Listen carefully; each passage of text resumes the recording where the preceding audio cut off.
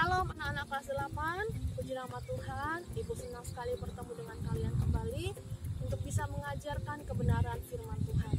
Anak-anak, sebagaimana yang kita sedang pelajari beberapa minggu ini, kita belajar tentang yang namanya disiplin rohani. Hari ini Ibu ingin mengajar tentang disiplin rohani yang kedua, yaitu doa. Anak-anak yang terkasih, apa itu doa? Saya yakin kita semua suka berdoa. Kita semua sudah mengerti apa itu doa. Ada yang mengatakan demikian, doa adalah nafas hidup orang percaya. Benarkah demikian? Ada juga yang mengatakan, doa adalah dialog orang percaya dengan Allah. Ada juga yang mengatakan, doa adalah sarana komunikasi orang percaya kepada Allah. Anak-anak yang terkasih, mari coba kita memikirkan sesungguhnya apa itu doa. Ibu sendiri menyatakan bahwa sebenarnya doa adalah percakapan dari hati ke hati antara anak dengan bapaknya yang saling mengasihi. Sekali lagi, doa adalah percakapan hati ke hati antara anak dengan bapaknya yang saling mengasihi. Itulah doa. Sehingga seharusnya dalam setiap doa itu tidak ada asbun atau asal bunyi, tidak ada asap atau asal ucap, karena doa merupakan isi hati kita yang kita sampaikan kepada Allah. Tapi anak-anak, Ibu mengajak kita berpikir, apakah dalam kehidupan doa kita seringkali doa merupakan sebuah kalimat yang sudah tertata rapi dalam pikiran kita? Benar tidak? Ketika kita makan, sepertinya sudah ada hafalan, Tuhan berkati makananku. Ketika kita tidur, sepertinya sudah ada hafalan, Tuhan berkati tidurku. Apa sesungguhnya doa itu? Apakah doa adalah sebuah kata-kata yang sudah terhafal dalam pikiran kita? Anak-anak yang terkasih, kali ini Ibu ingin mengajak kalian memikirkan tentang doa. Apa itu doa sesungguhnya? Mungkin ada yang bertanya demikian, Bu, bukankah Allah itu maha tahu? Jika Allah maha tahu, kenapa Dia menyuruh kita berdoa? Setuju ya? Bukankah Allah maha tahu, Bu?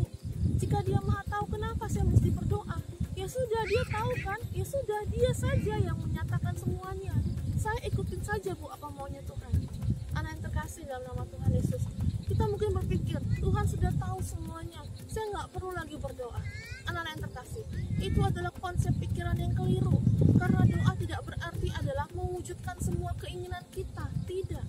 Doa tidak berarti bahwa apa yang aku mau saja aku sampaikan kepada Allah. Tidak. Doa adalah sebuah pengenalan, sebuah percakapan, sebuah komunikasi, sebuah hati kita kepada Bapa. Itu doa. Sekalipun Allah maha tahu, itu bukan meniadakan kita untuk berdoa. Nah, doa merupakan komunikasi kita kepada Allah, Bapa kita, tempat kita bercerita, tempat kita berkeluh kesah, tempat kita ngobrol dan sebagainya. Anak-anak, itulah doa. Sekalipun Allah maha tahu, itu tidak meniadakan kita berdoa kepadanya. Allah mengatakan apa? Mintalah kepadanya. Jadi berdoalah kepada Tuhan. Lalu kita berpikir, Bu, apa alasan kita berdoa kalau begitu? Kenapa Ibu sangat bangga punya Tuhan seperti Tuhan Yesus? Karena Tuhan Yesus bukanlah Tuhan yang cuma memerintah, memberikan peraturan, tapi Dia adalah Tuhan yang turun ke dunia, Tuhan yang mempraktekkan apa yang Dia sampaikan, apa yang Dia perintahkan kepada kita umatnya. Demikian dalam hal doa. Mengapa kita berdoa? Yang pertama, teladan Tuhan Yesus. Dia adalah Tuhan, tapi Dia tiap pagi berdoa kepada Bapaknya. Tuhan Yesus berdoa pagi-pagi kepada Bapa. Bahkan dalam taman Getsemani pun, dalam penderitaan Dia berdoa kepada Bapa. Anak-anak yang terkasih, mengapa kita berdoa? Yang pertama, teladan Tuhan Yesus. Bukankah ketika kita belajar disiplin rohani, tujuannya adalah aku ingin menjadi serupa dengan Kristus? Maka kita mengerjakan disiplin yang kedua ini, yaitu berdoa. Karena Tuhan kita juga berdoa. Yang kedua, mengapa Bu saya berdoa? Karena perintah Tuhan. Tuhan sendiri memerintahkan kepada kita, berdoalah. Teruslah berdoa, berdoalah tanpa henti. Tidak jemu-jemu, Tuhan memerintahkan kepada kita untuk berdoa. Bukankah Matius 6 ayat 8 dan 9 mengatakan, karena Tuhan sudah mengetahui apa yang kita butuhkan. Tuhan mengatakan, karena itu berdoalah. Jelas ya? Karena Tuhan sudah tahu apa yang kita butuhkan, maka berdoalah sama Dia, mintalah sama Dia. Itu perintah Tuhan. Tuhan ingin kita menyampaikan isi hati kepada Tuhan. Yang ketiga, Tuhan menghendaki doa menjadi jalan bagi kita untuk menghasilkan keputusan-keputusan dalam hidup kita.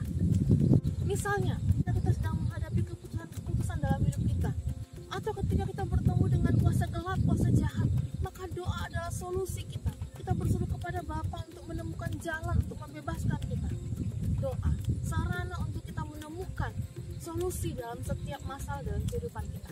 Yang keempat, anak-anak yang terkasih, sesungguhnya mengapa kita berdoa? Karena kita memiliki janji Allah. Allah berjanji kepada kita bahwa apapun yang kita sampaikan kepada Tuhan tidak pernah sia-sia.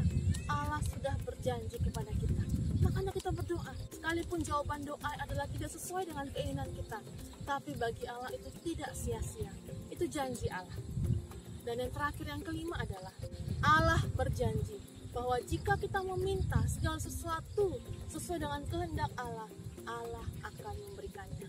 Sekali lagi, yang terakhir, mengapa saya harus berdoa? Karena janji Allah, peganglah janji Allah, bahwa jika kita meminta sesuatu sesuai dengan kehendak Allah, Allah akan memberikannya kepada kita.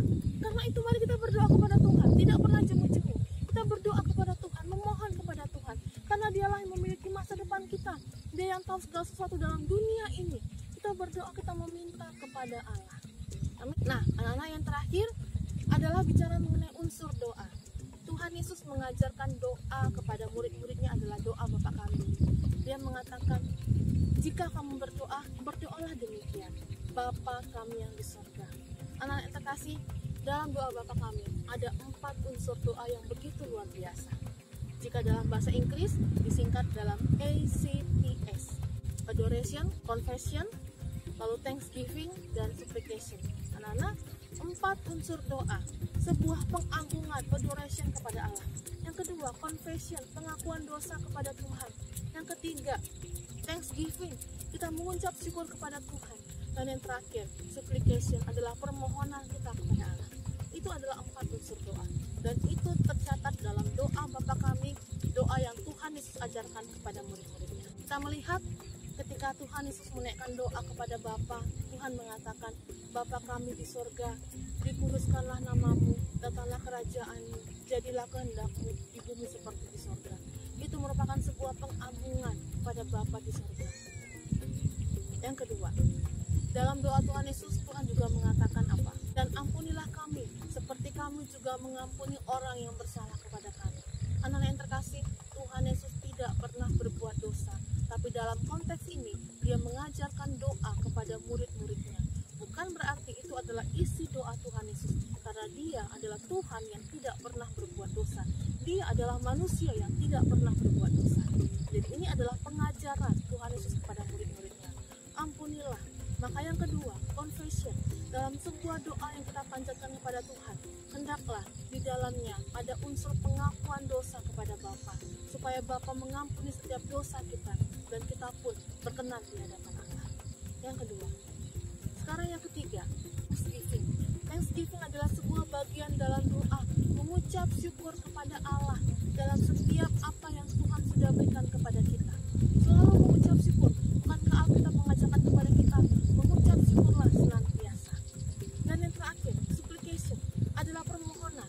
Anak-anak yang terkasih, dalam permohonan ini Tuhan Yesus mengajarkan ada 2 hal permohonan kita hendaklah yang kita ajukan kepada Tuhan. Permohonan pertama adalah permohonan akan berkat-berkat kebutuhan-kebutuhan kita. Dalam doa Bapa kami, Tuhan mengajarkan, berikanlah kepada kami makanan kami secukupnya. Artinya apa? Kita boleh permohonan kepada Tuhan atas kebutuhan-kebutuhan hidup kita. Karena Dia adalah Bapa kita, Bapa yang memelihara kita. Dia adalah Allah kita, pencipta kita. Maka naikkanlah permohonan kepada Allah kita, kepada Bapa kita. Apa yang kita butuhkan dalam hidup kita, kita sampaikan kepada Bapa. Dia adalah Allah yang mengasihi kita. Lalu yang kedua, supplication yang kedua, permohonan yang kedua adalah dalam doa Bapa kami, Tuhan Yesus mengajarkan kepada kita, janganlah bawa kami ke dalam pencobaan, lepaskanlah kami daripada yang jahat. Anak-anak yang terkasih, jangan pernah lupa berdoa memohon perlindungan dari Allah. Perlindungan dari Allah. Karena apa? Hidup ini adalah misteri dan ada kuasa-kuasa gelap yang selalu mencoba mengincar kita, yang mencoba menghancurkan kita. Maka kita berdoa kepada Tuhan dalam kerendahan hati kita, supaya Tuhan melepaskan kita dari yang jahat, melindungi kita. Itu adalah supplication yang kedua, permohonan yang kedua.